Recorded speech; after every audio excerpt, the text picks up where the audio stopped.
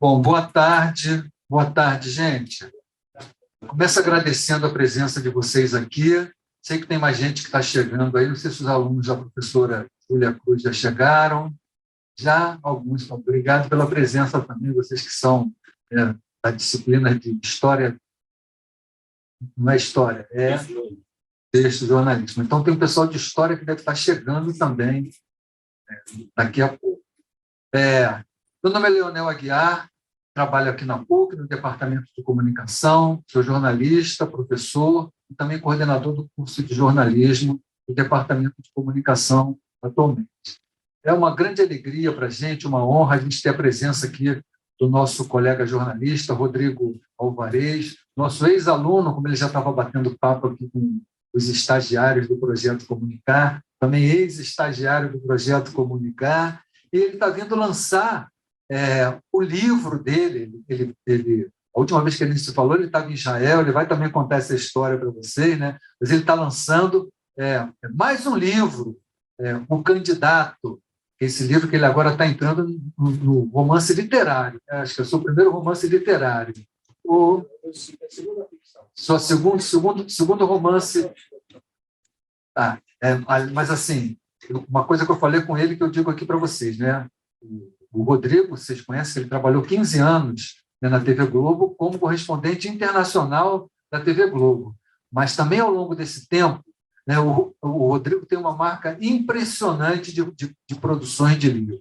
Não só livro-reportagem, que seria assim, algo mais clássico, digamos assim, no trabalho do jornalista, né, quando ele extrapola ali com a sua investigação, né, com a sua reportagem investigativa, e quer ter mais espaço para contar as suas histórias, né, os acontecimentos que ele viu, e aí se faz o livro-reportagem, e aí são 2 livros nesse sentido, não sei se tem mais um terceiro, mas eu anotei aqui, No País de Obama, que é um livro lançado em 2009, Impressões, né, ele é um livro que fala sobre as impressões de diferentes americanos que o Rodrigo coletou, percorreu 18 estados norte-americanos, né, durante 18 dias, e depois um outro livro também, Haiti Depois do Inferno, o segundo livro dele, né, nesse sentido, que vai narrar os acontecimentos terríveis, que depois do terremoto se abateu sobre o Haiti, e aí eu vou deixar para ele contar isso também.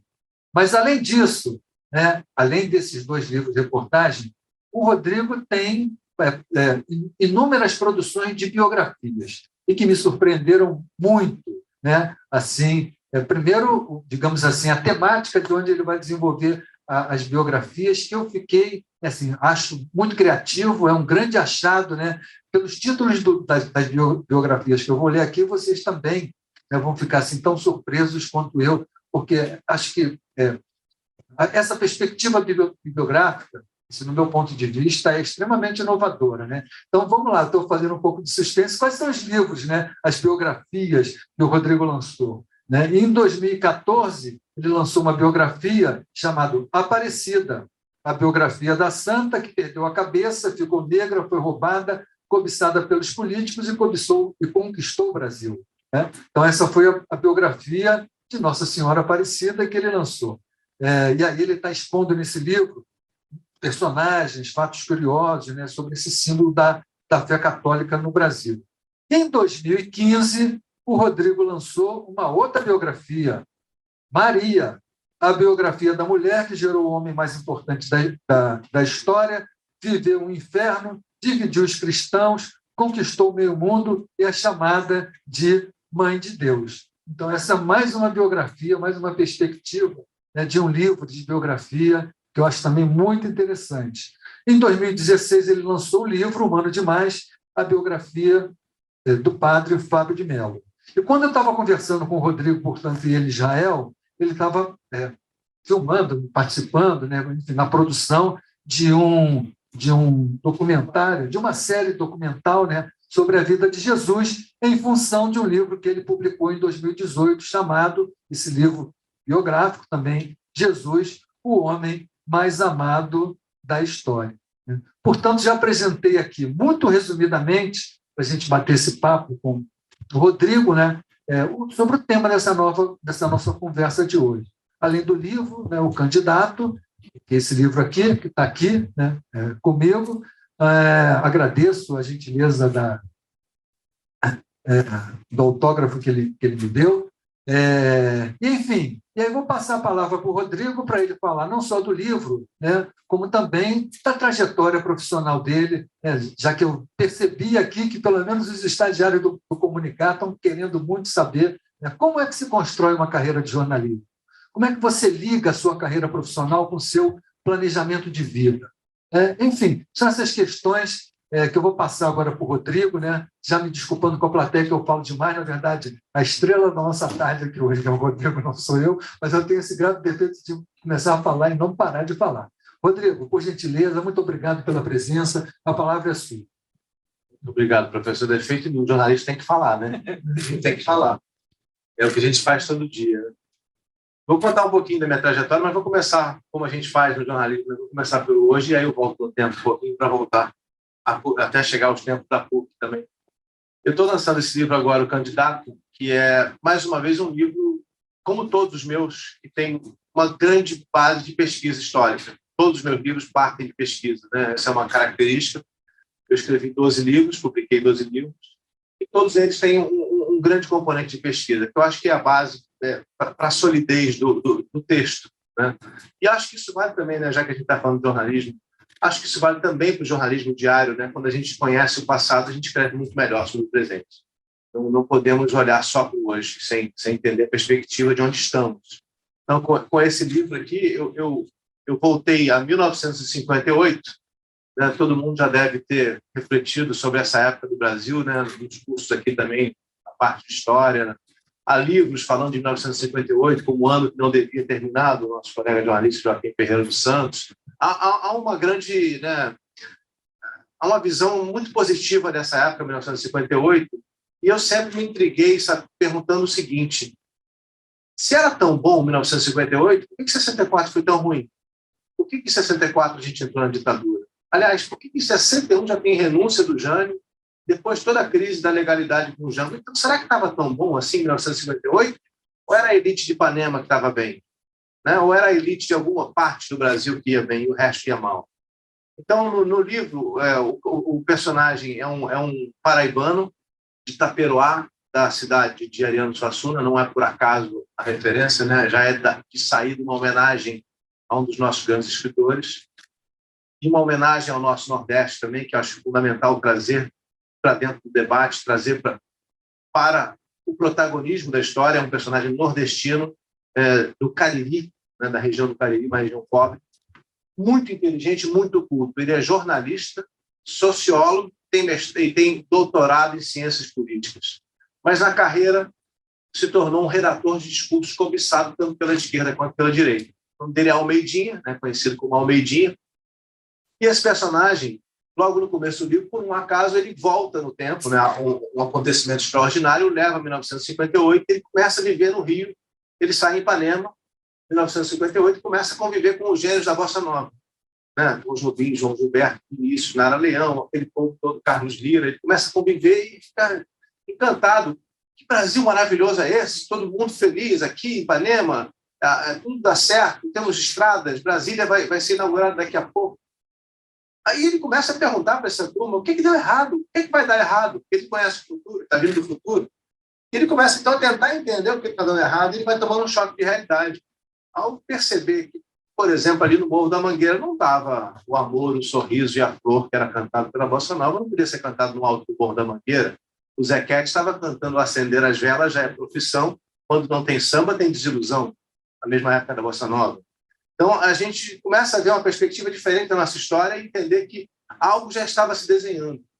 E na política também as coisas não iam muito bem. Ao contrário, iam mal. O país que nasceu de golpes, né? Nós nascemos num golpe em 1889, né? Um golpe que instalou a República, um golpe militar, e nos demos e tomamos golpes a vida inteira.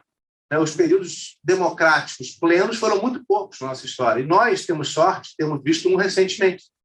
Nós somos beneficiados, né, pela pós-ditadura, que nos deu um período razoável de solidez democrática, ainda que temos tido 2 impeachments no meio, um deles, né, o da Dilma, que eu considero muito, muito questionável, né? Acho que entra também na categoria de golpe.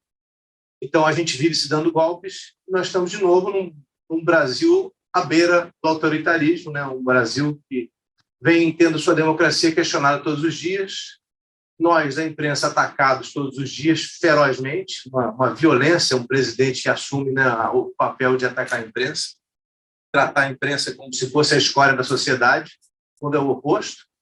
E esse livro também é uma homenagem, não é por acaso que o personagem central é um jornalista, né? Eu acho que é fundamental homenagear o nosso jornalismo no momento desse, que a gente tem a imprensa se levantando com muita força, no momento que a imprensa vem passando por dificuldades pelo mercado, né? Tudo que aconteceu, a mudança da internet, a gente já vinha fragilizado com a divisão, né, dos recursos da internet, com a divisão das atenções, a gente tendo que reaprender a ser jornalista por causa da internet, e de repente vem um presidente nos passar rasteira bem no meio de uma crise, né? Então foi muito difícil, e está sendo muito difícil para os jornalistas continuar de pé e firmes, né, com todos esses fatores adversos.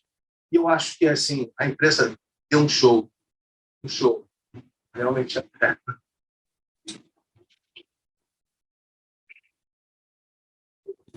Eu emociono porque a censura, para mim, é a pior coisa que existe. E a gente está vendo de novo. Abrindo o ambiente aqui. Deixando sensível, já volto. O Rodrigo também tem, assim, na sua própria questão familiar, né, que a gente também estava conversando, o pai dele, o pai do Rodrigo, também está muito envolvido com essa questão democrática, porque ele fez parte, o pai do Rodrigo, dessa equipe que criou as urnas eletrônicas, né? Daí essa emoção que o Rodrigo também está vivendo nesse momento aqui. Isso, exatamente. Ele tem também o avô dele, né, militar, nesse sentido, né? Mas é um orgulho, sabe, professor? A minha emoção acho que tem mais a ver com o orgulho que eu sinto do que com o meu passado. Claro que tudo se mistura, mas eu sinto um orgulho muito grande quando eu vejo a nossa imprensa, tanto individualmente, jornalistas, nos seus blogs, nos seus canais, nos seus Instagrams e etc., quanto a imprensa grande também, que soube reagir, soube tomar pancada e se levantar e dizer que não vai aceitar isso, né? O que a gente viu ontem, o Manifesto de São Paulo, que repercutiu no Brasil inteiro, foi fundamental. A gente está mostrando que não vai aceitar de novo ter as nossas instituições destruídas, atacadas, a nossa democracia atacada.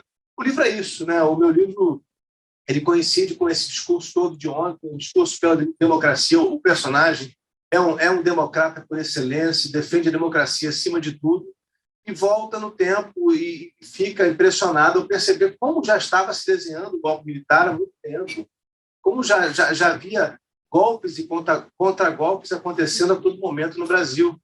E começa, né, num ato talvez um pouco ingênuo, a querer mudar essa história.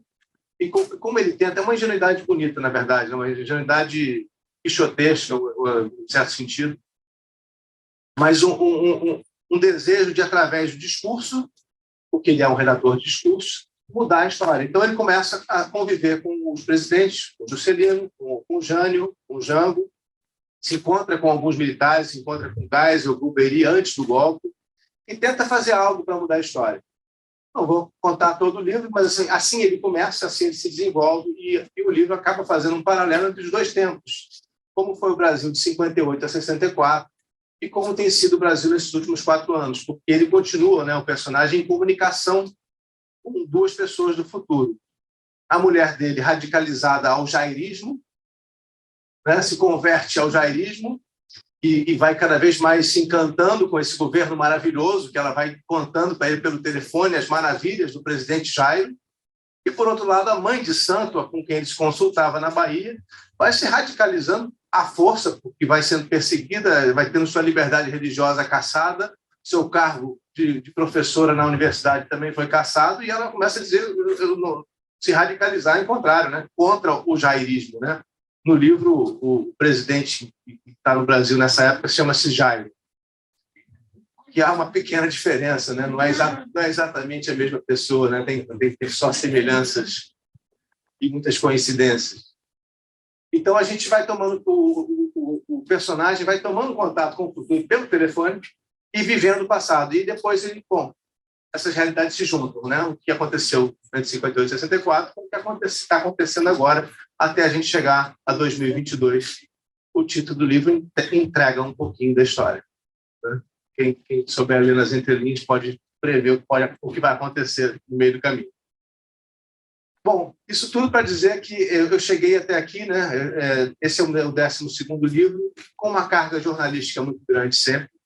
Quando eu falei sobre Jesus, foi também com uma carga jornalística muito grande. Eu aproveitei a oportunidade de viver 4 anos como correspondente em Jerusalém para pesquisar em campo e nas melhores fontes que eu tinha à disposição em Israel, né? Onde há grandes bibliotecas, onde há grandes fontes de conhecimento e onde também estão os lugares, né, que a tradição atribui, né, onde a tradição nos diz que aconteceram os fatos. Eu escrevi sobre Jesus, escrevi sobre Maria naquela época.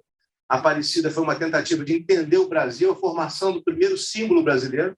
Não tínhamos nem hino nacional, nem bandeira, muito menos futebol, nem carnaval. O Brasil nem era chamado, os brasileiros nem tinham essa palavra para se referir a nós, né? Brasileiro, não se dizia isso, e já temos uma imagem que nos representa. Então, o livro é uma investigação histórica, de certa maneira, é um jornalismo histórico, né? Eu volto no tempo para entender. Eu me coloco como um repórter ao longo desses 300 anos, tentando entender a Aparecida e tentando entender por 2000 anos o que é a história de Jesus. Mas depois disso eu já andei por outros ambientes, né? Eu recentemente lancei uma ficção chamada O Primeiro Imortal, também baseada em muita pesquisa antropológica, investigação histórica sobre os primeiros humanos, como é que surgiu a cultura moderna, a música, que sempre me interessou, meu sonho frustrado de ser músico. Comecei a escrever, meu texto foram letras de música, né? Aqui na época da PUC. E é um livro que trata do surgimento das primeiras culturas na Europa, com música e desenhos, né, que já tinham significados, e também nos conectando com o tempo atual, tentando entender para onde é que essa tecnologia nova que a gente vai começando a ver vai nos levar, né? Eu me interesso muito pelo fenômeno do transhumanismo. Eu não sei se vocês todos já ouviram falar, né? Mas o transhumanismo é um conceito que vem lá do Nietzsche, com o Ubermensch do Nietzsche, né? 200 anos atrás, imaginando que o humano um dia vai rir do humano. Que um dia a gente vai ser tão superior que isso que a gente é hoje vai ser o equivalente a gente no zoológico ver um chimpanzé, com todo respeito ao chimpanzé. Mas isso já está acontecendo, né? A gente, quando pegou o celular e não largou mais o celular, a gente começou a virar transhumano. Eu acho que a gente já é transhumano, inclusive, porque não tem volta. Nós já vivemos conectados à máquina o tempo todo, não fazemos nada sem ela, delegamos o GPS que era no intestino da gente, passou para o celular, né? A memória que era no nosso cérebro já passou para o celular, e nós estamos transferindo diversas das nossas funções para o computador, para o celular, para a rede, para aquilo que a gente quiser, né, chamar isso, né? O próximo passo, me parece óbvio, que é a tecnologia entrar na gente. Então, isso já está começando a ser desenhado. E a minha terceira ficção, que eu não lancei ainda, vai falar disso, né? A primeira falou um pouco, na terceira eu vou voltar a esse tema. Esse livro aqui, O Candidato, foi uma certa urgência de falar do presente. Aí uma coisa jornalística mesmo, dizer, olha, preciso me pronunciar, acho que é preciso que todas as vozes falem da maneira que puderem falar em favor da democracia, em favor da manutenção do Brasil como um país em que as instituições são respeitadas, em que todos são respeitados, né? Isso também é muito importante, né? Algo que vem acontecendo é o desrespeito a certas camadas da população, a minorias, a grupos, né? Então, eu proponho nesse livro também uma volta da utopia brasileira, da gente voltar realmente a acreditar e fazer algo pelo Brasil. Porque a gente, às vezes, é levado a perder a esperança. Às vezes, o abismo parece tão profundo que a gente diz não tem saída. Mas sempre tem saída. A saída tem que ser realmente a gente começar a fazer alguma coisa. Fiquei muito emocionado ontem com esse movimento, porque é um primeiro, um sinal muito bom de que existe uma maneira de o brasileiro se unir e dizer que não aceita certas coisas, que o Brasil tem dignidade, sim. Vamos lutar pela nossa dignidade. Bom, tudo isso estou falando muito, né, professor, mas vou voltar lá atrás. Então, a minha trajetória começou com letra de música. No final do colégio, eu comecei a perceber que eu gostava de escrever. Eu comecei a escrever uns contos, eu gostava de literatura. Eu era ruimzinho, né? estava começando. E aí, meus contos, alguns até gostam hoje. Tal. Eu tentei escrever uma ficção, não tinha fôlego. Então, eu percebi que um menino de 15 anos não podia ainda ser um grande escritor. Eu precisava viver primeiro. Né? Tem até o título de um livro sobre o Garcia Marques, de Viver para Contar.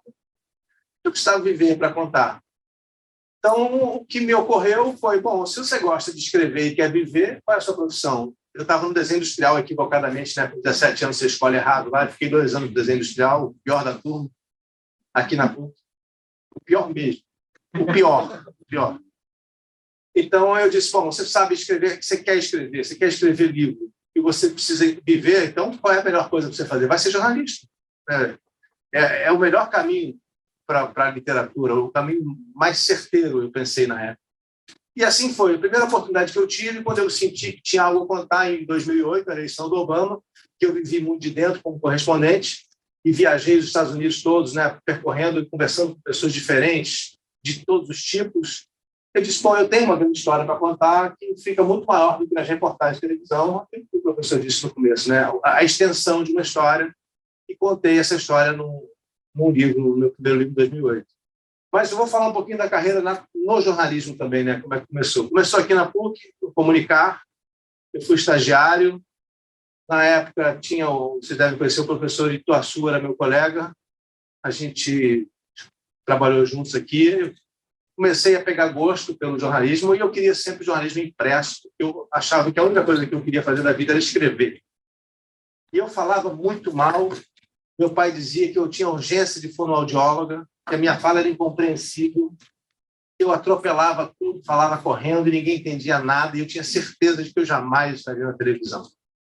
Até que 2 colegas minhas aqui, bom, um curso do professor Nashbin, que estava começando na época aqui, tinha alguns poucos anos, me encantei com a televisão, mas o bastidor.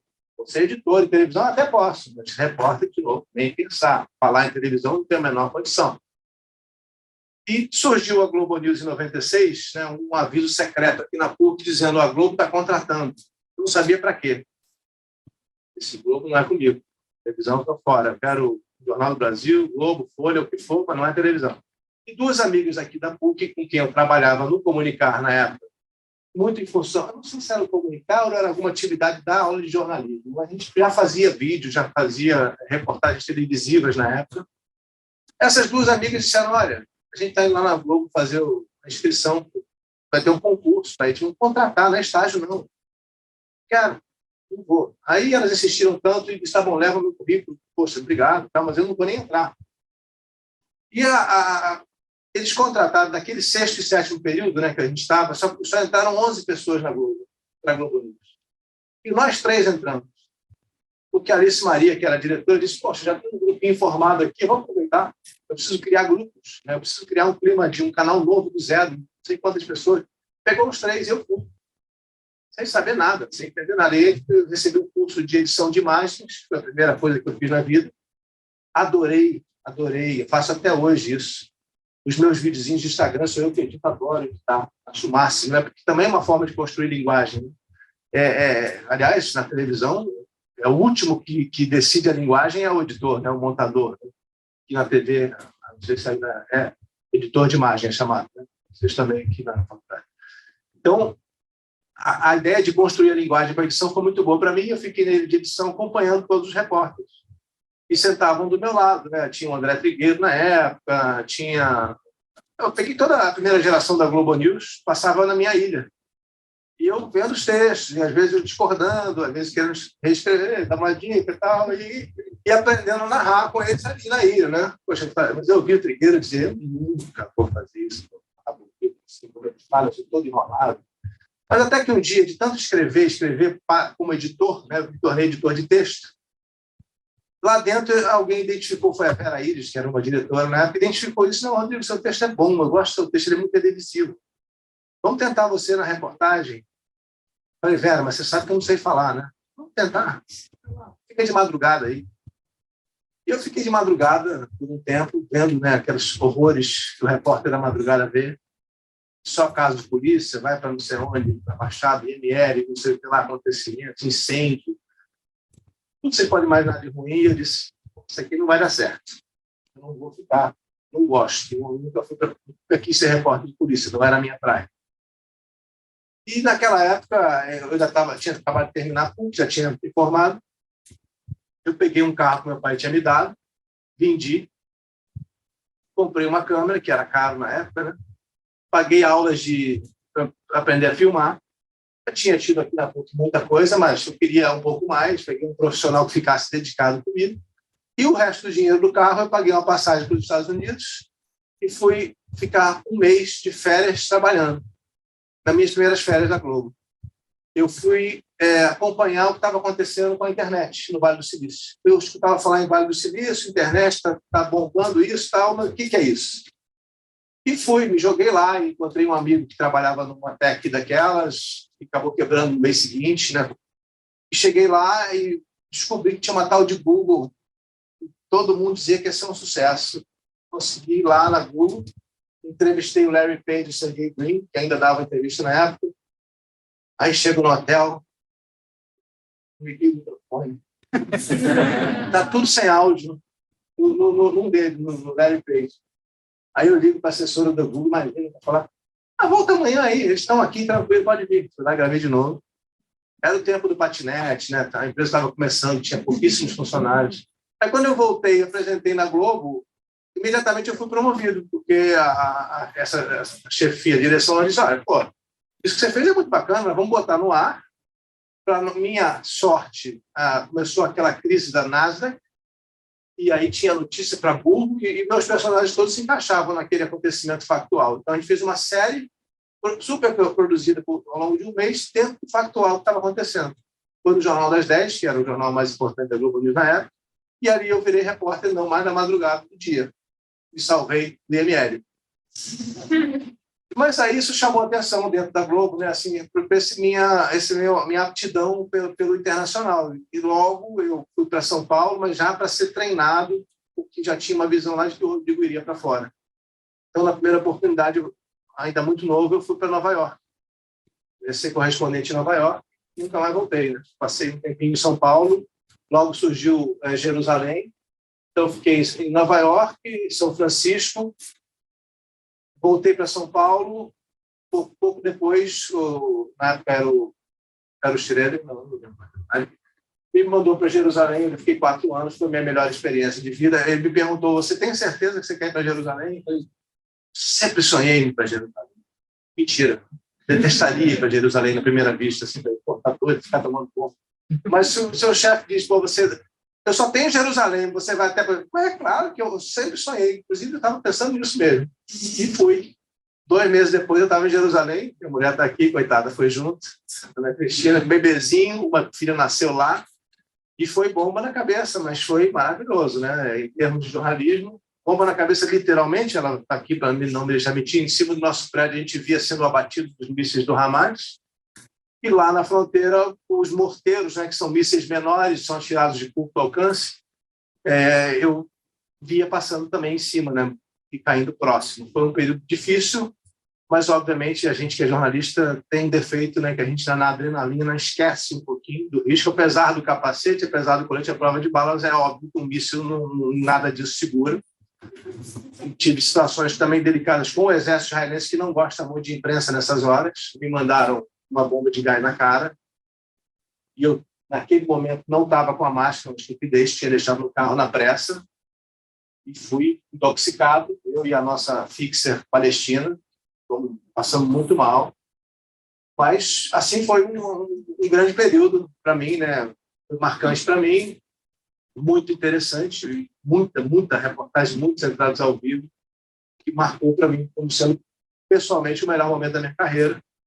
Depois de Jerusalém, eu ainda fui para Berlim por um pouco tempo, 1 ano e pouco, e 4 anos em Paris, como correspondente da Globo ainda, até que depois de 23 anos, já escrevendo livros há mais de 10 anos, eu quis parar um tempo. Eu disse, olha, eu estou vendo uma transformação muito grande no jornalismo, acho que a gente pode falar disso depois. Estou vendo uma transformação muito grande na nossa profissão, quero entender, não acho que eu deva continuar simplesmente fazendo o que estou fazendo por causa de salário, que é importantíssimo, óbvio, mas eu não queria me tornar daquele tipo que repete fórmula e que está ali só por causa do salário. Eu disse, não, eu vou sair, vou entender, vou continuar escrevendo os meus livros. Claro, me preparei, guardei algum dinheiro que eu pudesse me sustentar e ficar por um tempo.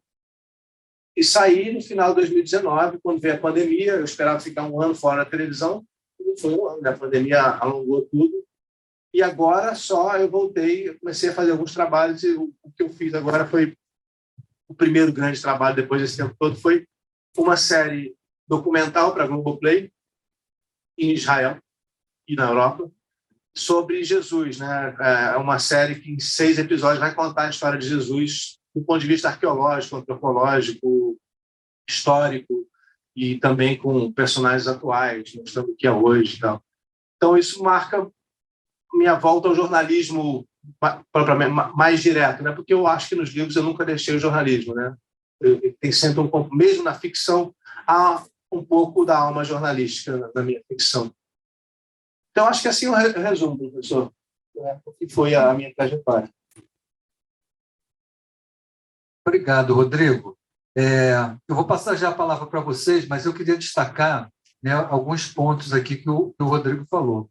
Primeiro, essa questão da experiência, né, e a questão do narrador, né, a experiência do narrador e como que essa experiência do narrador o possibilita, né, a experiência de vida, como é que essa experiência o possibilita a produção de textos jornalísticos, textos biográficos, textos literários, textos poéticos, né? Assim, acho que ele tocou num ponto que eu acho que é fundamental. Não é só a questão de ter mais idade, a questão de ter experiência significa leitura, estudo, mais estudo, mais conversa, mais vivência. Então, experiência é nesse sentido, não é só, né, assim, ficar velhinho para poder escrever, não é isso. Né?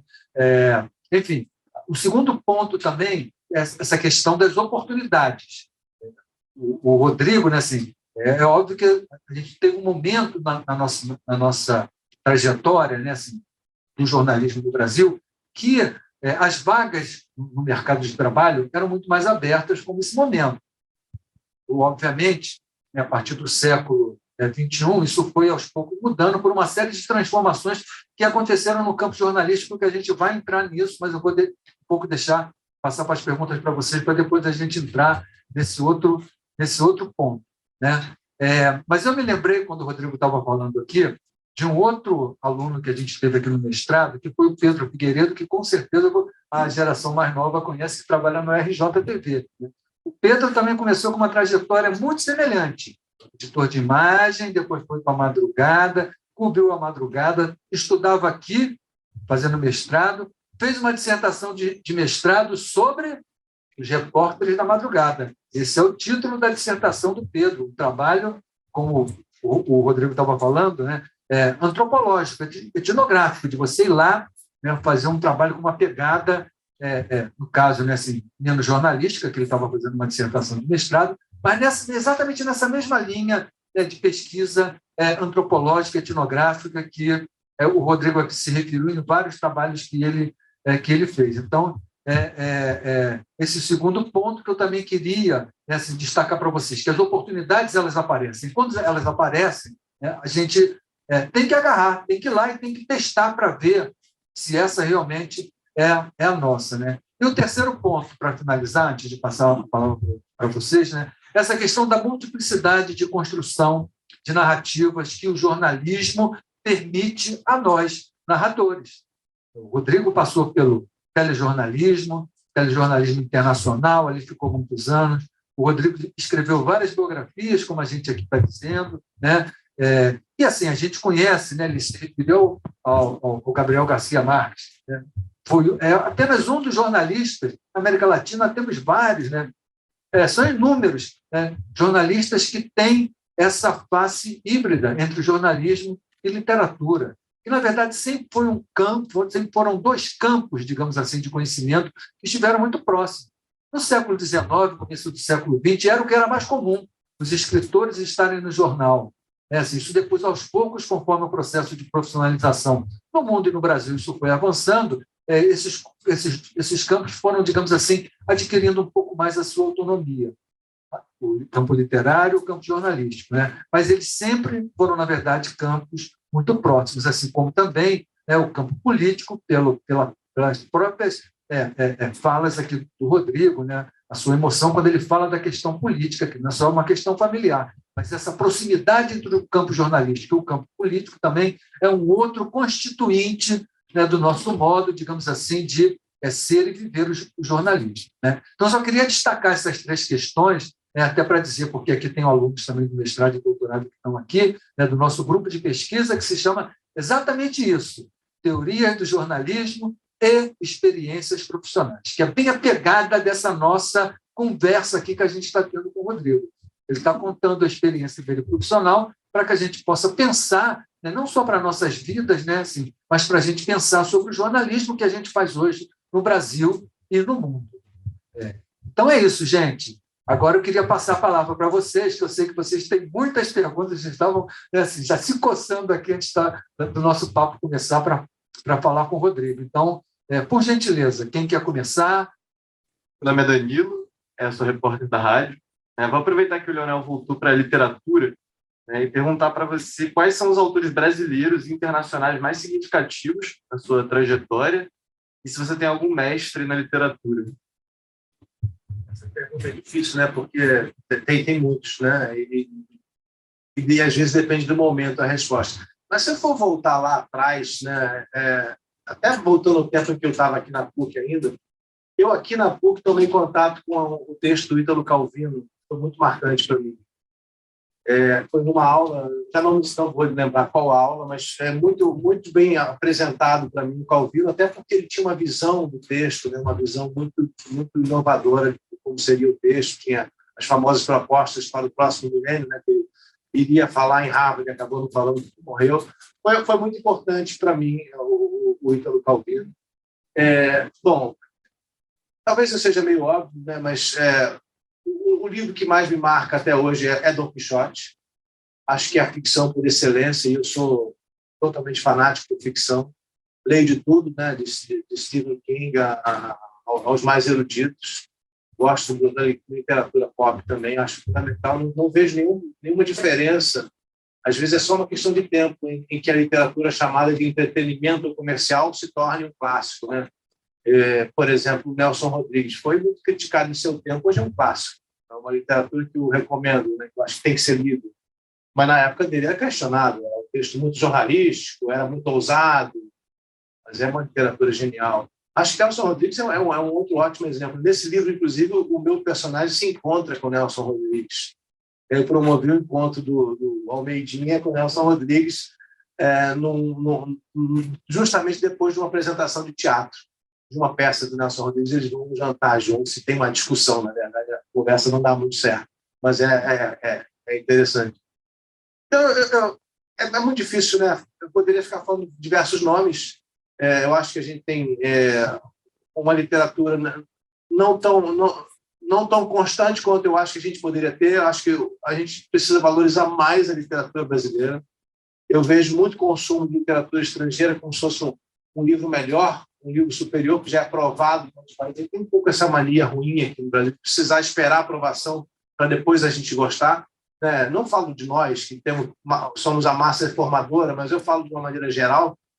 Parece que a literatura brasileira é vista como uma coisa que raramente ela chega a ser boa, igual o cinema também foi por muito tempo, né? Mas a gente sabe quantos grandes autores bons a gente tem, né? E hoje, e vivos, né? Eu acho que é importante ler os brasileiros, eu acho que é fundamental ler os brasileiros. Pode começar lá atrás, vai começar no Nelson Rodrigues, vai começar no final do século XIX, não sei, mas ler e conhecer a história da literatura brasileira, passando, obviamente, por Guimarães Rosa, Jorge Amado, é fundamental.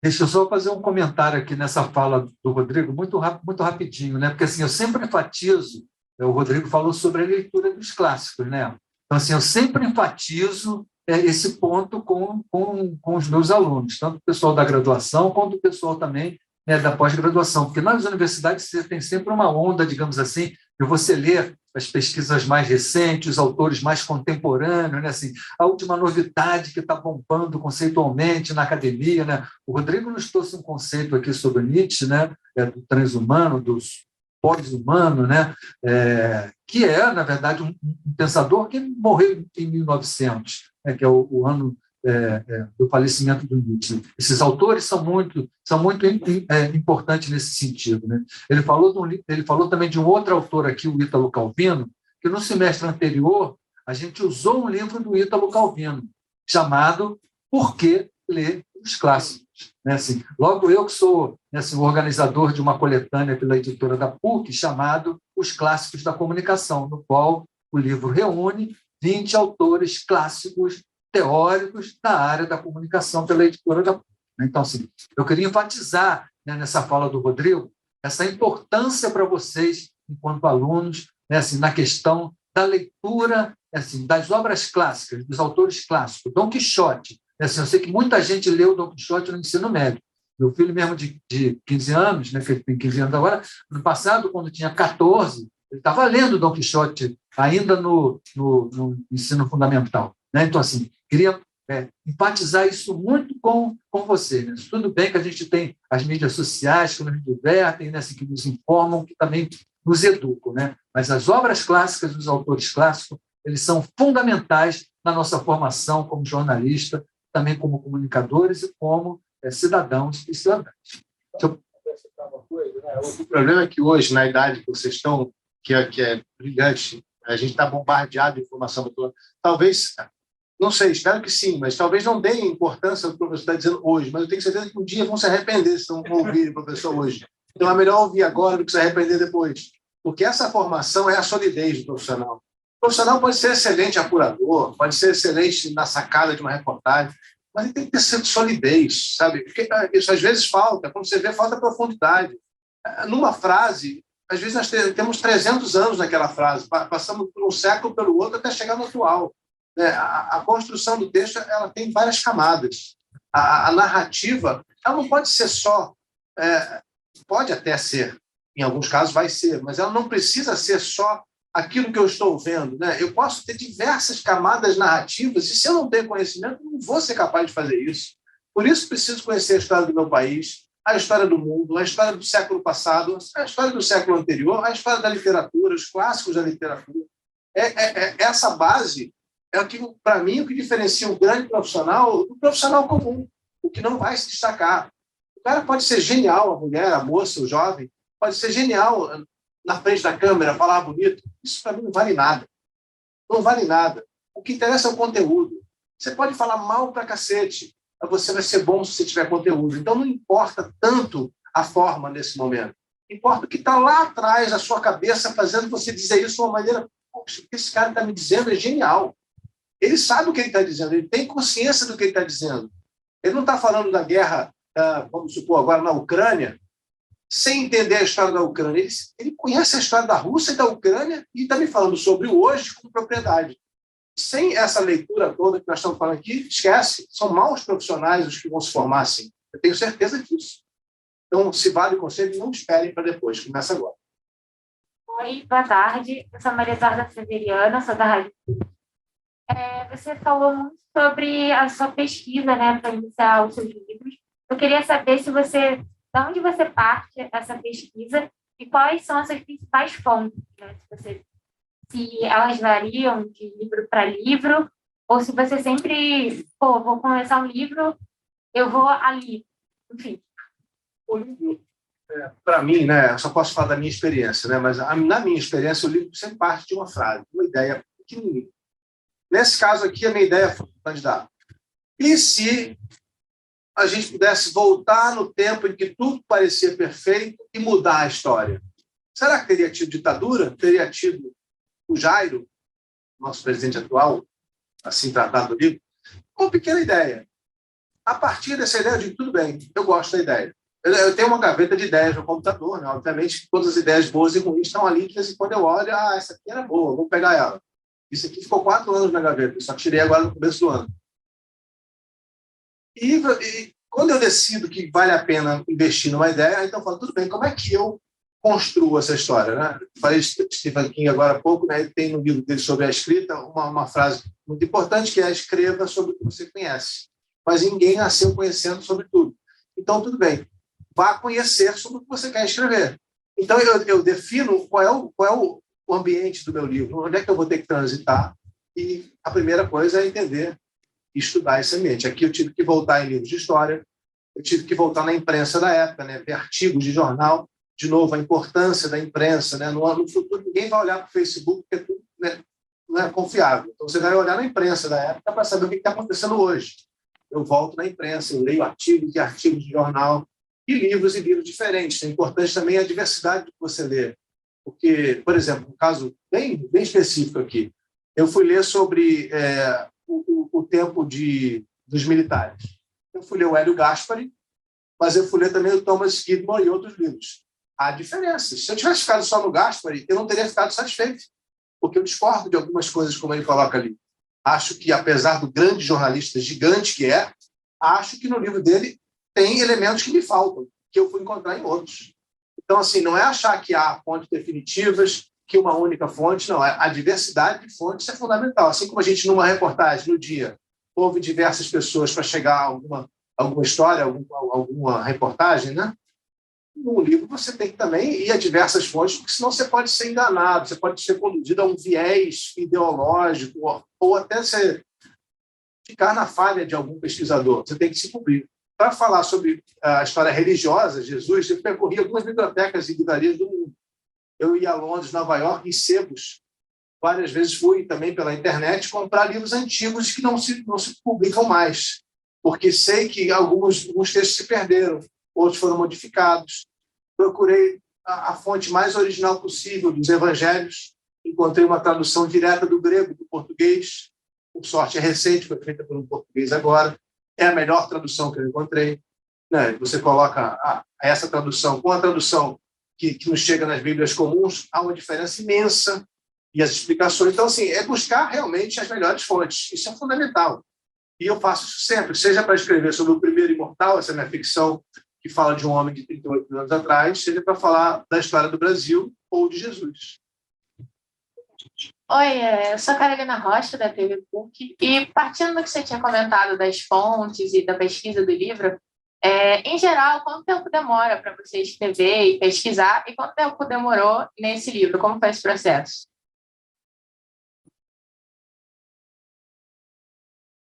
Quando eu escrevi sobre experiências jornalísticas que eu tinha já vivido e reportado, obviamente foi mais rápido. Né? O meu primeiro livro eu demorei um mês para escrever, porque já tinha tratado aquele assunto muito, eu tinha a transcrição das entrevistas e tal. Era um livro mais simples também.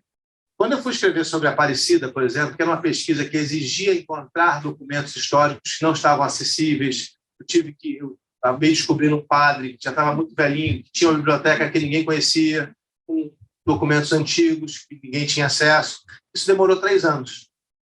Mas agora, por exemplo, esse livro eu comecei a desenhar. Eu costumo dizer, né, assim, as pessoas que me perguntam sobre como escrever um livro, o livro não se escreve na frente do computador. O livro se escreve quando você não está na frente do computador. Eu acho também que a reportagem eu sempre fiz assim.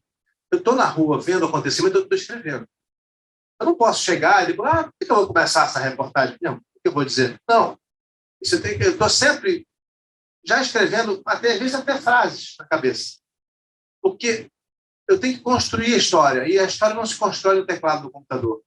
A gente constrói com o nosso raciocínio, com o empenho do nosso pensamento por um longo tempo. Então, esse livro eu comecei a desenhar em 2018, quando acabou a eleição, e guardei umas 30 páginas. E fiquei revisando essas 30 páginas, que eu tenho uma mania, sou um revisor compulsivo. Em vez de tomar remédio para dormir, eu reviso meus livros. Me dá sono em meia hora e eu durmo profundamente. Maravilhoso. Mas eu revisei meia hora, toda noite, então eu volto ali. Você já passou por esse parágrafo, mas eu encontrei uma frase mais legal. Isso é loucura, não precisa disso. Isso é só para dormir.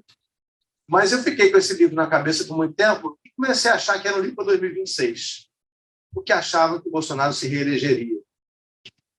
Falei, bom, eu quero fazer esse livro no momento em que eu puder contribuir para o debate de maneira muito consistente. Então, guardei. Quando eu percebi que talvez não ganhasse, ou que talvez tivesse uma dúvida e que o debate estava ficando muito acalorado, e esse ataque toda a democracia, que me incomodou muito, né? Tudo que eu fui vendo, eu disse, Rodrigo, se você não escrever agora, você não vai escrever mais esse livro. Corre. Em março desse ano, eu peguei aquelas 30 páginas e escrevi essas 300. Então, foi entre março e junho que eu me tranquei né, sempre acordando muito cedo. Para mim, a melhor hora de escrever é de manhã, de madrugada, quando sua mente não pensou em nada, o celular não tocou, ninguém te chamou para nada. É 5 da manhã, melhor do que 6. Mas tudo bem, se for 6, 7, é de manhã, quando você sai do travesseiro, sua mente está livre. E aí eu sentava no computador com as ideias que eu tinha pensado antes. Aquela história, deu branco para o escritor, eu não acredito nisso. Se deu branco é porque você não sabe o que você quer escrever. E por que você não sabe? Porque você não refletiu o suficiente, não é porque você vai saber, mas reflita antes. Eu acho que vale para a reportagem também. Quando eu estava entrevistando uma pessoa, eu dizia, isso aqui pode ser o começo da minha reportagem, isso aqui é um texto, então eu vou fazer a seguinte estrutura, vai daqui para aquele outro momento lá, e daqui, tá, então montei a estrutura, já sei o esqueleto, já sei a frase de abertura, quando eu sentei, eu já sei o que eu vou escrever. Não vai demorar. Demora é quando você não parou para refletir, você ficou tomando um cafezinho, conversando no telefone, vendo internet. Não, eu estou o tempo todo pensando. Então, o livro, com muita pesquisa, foi 3 anos. Depois, eu já aprendi também processo, né? Fiquei mais rápido. Por exemplo, Jesus, eu demorei 1 ano para escrever. Já tinha a vivência dos outros livros, já tinha a vivência da leitura toda sobre essa temática. E esse livro foi em 3 meses. Que não é nada, não é um grande feito, não. 3 meses é um prazo razoável se você tem a história na cabeça. Oi, meu nome é Aline, também estou no segundo ano, segundo período de jornalismo. Eu queria saber se em algum momento você já sentiu medo de exercer sua profissão ou de contar qualquer tipo de história que você já queira ter o desejo de contar e você pensou 2 vezes antes de mostrar essa história para o mundo. Paula. Aline, infelizmente, eu não tive, eu deveria ter tido. Porque algumas vezes não ter esse medo me colocou em risco, né? Quer dizer, eu não sei se infelizmente, eu falo infelizmente porque eu corri risco. Cobrindo, por exemplo, a guerra de Gaza, eu corri muito risco. Várias vezes eu tive na linha de fogo ali e poderia ter me dado mal, né? Teve pessoas mortas do meu lado em conflitos da polícia israelense com palestinos em manifestações, quando jogaram uma bomba de gás em mim. E eu passei muito mal naquele dia, a Ana Cristina não viu tudo, agora ficar sabendo. Não podia contar tudo na época. E bombas e tudo, né? E acabei saindo de Israel, né? Uma coisa que eu não comentei na época, porque era delicado, mas hoje eu posso falar que já passou um tempo. Eu saí de Israel em 48 horas. Eu saí fugindo para não morrer, porque eu fui ameaçado pelo Hamas. Olha só, eu estou aqui falando em defesa dos palestinos, mas infelizmente o Hamas, com a sua intolerância, entendeu que eu tinha ido pregar o cristianismo em Gaza. Porque uma vez fui com o padre Fábio de Mello, que me visitou e queria conhecer Gaza, e disse, eu te levo. E nós fomos visitar uma igreja, que é conduzida por um brasileiro, o padre Mário. E essa igreja vinha sendo atacada só por ser uma igreja. O padre Mário era um resistente ali, que tomava bomba no carro de vez em quando, ou jogavam pedra no vídeo dele, recebia ameaças. Nós contamos isso, contei isso numa reportagem no Fantástico. Poucos dias depois, 2 ou 3, eu comecei a receber mensagens no WhatsApp brasileiros do Hamas, dizendo: o Hamas não está satisfeito com você, é melhor você não aparecer por aqui. Primeiro que não tem como viver ali e não aparecer por ali. Eu vou aparecer em algum momento na beira da Cisjordânia ou de Gaza, então eu estou ali. E depois você não sabe o que isso pode, né, resultar. A interpretação deles era essa, igual o Corão diz, que aquele que prega outra religião para um muçulmano deve ser morto. Essa é a pena prevista pelo Alcorão. E o padre Fábio foi ameaçado pelo Estado Islâmico. E logo depois, isso foi em 2016, houve uma prisão no Brasil, prenderam as pessoas que ameaçaram, eles fizeram um chamado internacional para matar o padre Fábio, pelo mesmo motivo de pregar cristianismo para muçulmano. Só que ele estava no Brasil, então aqui a polícia prendeu essas pessoas e lá eu tive que sair 48 horas, tive ajuda da embaixada, saí com a família em carro blindado, com ajuda para passar pelo aeroporto sem passar por fila, e fui embora. Então, assim, ter feito, né, uma denúncia me levou a renunciar a um posto que eu gostava de exercer, não, mas não me arrependo. Eu só disse que me arrependia lá porque eu corri perigo algumas vezes. Talvez eu devesse ter tido mais medo de bomba e de tiro, mas não me arrependo de ter feito as reportagens, né, de ter denunciado aquilo que precisava ser dito.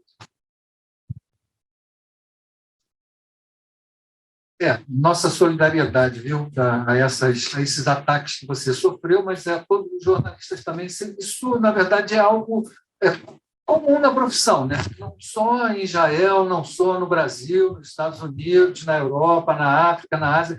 A gente vai ouvindo vários relatos, tem sempre isso, né? Não gostei da matéria que você fez. E aí, né, vem a ameaça. Hoje em dia, além disso, né, é chamado de fake news. Quando você não gosta do governo, uma determinada autoridade, não gosta da matéria que você publicou, logo chama de fake news, como o presidente aqui do nosso país costuma fazer muitas vezes. Né? Mas eu acho que, assim, falando para vocês, alunos de graduação, né, o jornalismo é um lugar de resistência, a sociedade sempre conta com o nosso trabalho nessa questão, né, da gente avançar, a fazer avançar a democracia no espaço público com produção de informação de qualidade. Mas a gente tem sempre um jogo de cintura. Jornalista desempregado ou jornalista morto servem muito pouco para esse avanço democrático. Né? Nesse sentido que eu estou dizendo que a gente precisa ter jogo de cintura para fazer essas avaliações de conjuntura em determinados momentos e saber quando que a gente tem que dar um passo atrás para poder dar 2 passos à frente. Né? Isso também é um velho slogan da esquerda, um passo atrás para poder dar 2 à frente. Então, né, é isso. Jogo de cintura. O jogo de cintura, na verdade, costuma ser o que a gente está conversando aqui. Você ter uma capacidade, né, de avaliar o seu trabalho, o risco que você está correndo, para ver como que você, né, recua para poder avançar no momento seguinte. Isso é fundamental, não só para a nossa segurança pessoal, né, mas para realização do trabalho que a gente pretende fazer. Não é um ato de covardia, muitas vezes você tem que recuar. Ao contrário, né? Isso é um ato de sabedoria. Você disse que agora surgem novas oportunidades no mercado de trabalho para jornalista, e eu concordo com isso. Acho que podcast, vários outros meios de jornalismo independente, só que também dá oportunidade para pessoas que não são credenciadas a tentarem sujar essa profissão e tentar fazer um jornalismo que não é consciente, não tem uma crítica em si. E eu quero saber, eu acho que isso enfraquece um pouco a profissão e os jornalistas de verdade. Eu quero saber como que a gente faz para fortalecer a profissão e qual é o nosso trabalho no meio de tantas pessoas que tentam lutar contra isso. Está se referindo a jornalistas profissionais que viraram ativistas de algum lado? Ou você está também, mas também pessoas que usam, fazem podcast e passam informação como se tivessem propriedade daquilo. E algumas pessoas acreditam, mas na verdade eles não têm base nenhuma, só tem um lugar para falar mesmo. Não, eu acredito que, assim, primeiro não tem fórmula, né? A gente está aprendendo a lidar com isso. É uma questão do nosso tempo. Você está levantando uma pergunta que a gente está começando a responder, eu acho. E eu acho que a gente está respondendo com mais jornalismo sério, com mais jornalismo profissional. Ao longo do tempo, a minha impressão é que isso vai diminuir, né? Que vai ficando mais claro o que é confiável e o que não é confiável. A tendência isso vai ser sempre um nicho. Eu acho que sempre vai ter gente querendo ouvir bobagem ou informações tendenciosas, sempre vai existir, mas eu acho que com o trabalho nosso, com o trabalho na mídia, vamos dizer, empresarial, né, estabelecida, o nosso trabalho também nas redes sociais, sério, né, com credibilidade, a gente vai mostrando à população ao longo do tempo que isso pode ter sido uma onda passageira, né, que houve um tempo em que as fake news rivalizaram com o jornalismo e conquistaram grandes audiências, mas que é provável que isso vá aos poucos cair. Essa é a minha visão. Por isso que eu estou feliz com o momento, porque eu vejo que depois de 4, 5 anos de fake news, eu acho que o jornalismo profissional, e aí entra a questão dos consórcios como um bom exemplo, né, saiu fortalecido. Eu acho que a gente tem hoje uma camada muito grande da população que vê claramente a diferença entre uma reportagem séria, confiável e uma bobagem. De até jornalistas que estão falando bobagem por aí, né? A gente tem um certo grupo de jornalistas que perdeu a vergonha, não vou citar nome, mas vocês sabem de quem eu estou falando, né? Perdeu a vergonha e descobriu o seguinte: olha, dá muito clique falar mentira. eu já não tenho nem mais aquele emprego na Veja que eu tinha, eu vou fazer o meu canalzinho aqui, falo o que eles querem ouvir. Né? Eles querem ouvir, eu falo. Eu falo bobagem mesmo, eu falo... E dá clique, e dá dinheiro. Então, esses caras vão existir. Mas eu espero que essa camada, né, vá diminuindo, isso vai se tornando mais e mais um nicho marginal, no sentido de pouco acessado, pouco respeitado, e que vai ficando de fora. A gente precisa continuar fazendo o que a gente está fazendo. Né? Eu fico muito feliz de ver vocês aqui e de ver o professor me dizer que o curso cresceu de jornalismo. Tem mais gente querendo estudar jornalismo hoje, porque a gente precisa de exércitos, né? Para fazer o outro exército ficar pequenininho, que eu acho que vai ficar. Eu acho que a tendência é, uma hora, passar essa onda e a gente arrumar de novo e tá bom, entendemos. Isso aqui é marginal, é menor. A gente continua. Bom, gente, acho que 2 horas de papo, né? Estamos aqui conversando. Queria agradecer imensamente ao Rodrigo pela presença dele, pela fala dele maravilhosa aqui. Acho que aprendemos muito, né? São várias questões que ele levantou, que eu tentei aqui, de certa maneira, pontuar. Obrigado a vocês, alunos de graduação, por estarem aqui presentes, para meus alunos também de pós-graduação, do mestrado e doutorado, professores e professoras aqui presentes também. Muito obrigado pela presença. E aos estagiários também do Comunicar, que estavam aqui já cedo fazendo perguntas aqui ao Rodrigo. E é isso, gente. Vamos em frente, né, na nossa luta aí pelo jornalismo de qualidade, um jornalismo que responda ao interesse público e que defenda os direitos humanos e a democracia. Uma boa tarde para todo mundo. Até breve. Obrigado a todos, tá? Foi um prazer conversar com vocês, sentir esse frescor aqui de vocês, maravilhoso. Muito obrigado. Prazer enorme estar com vocês. Obrigado, professor. Muito obrigado, professor. Foi uma alegria.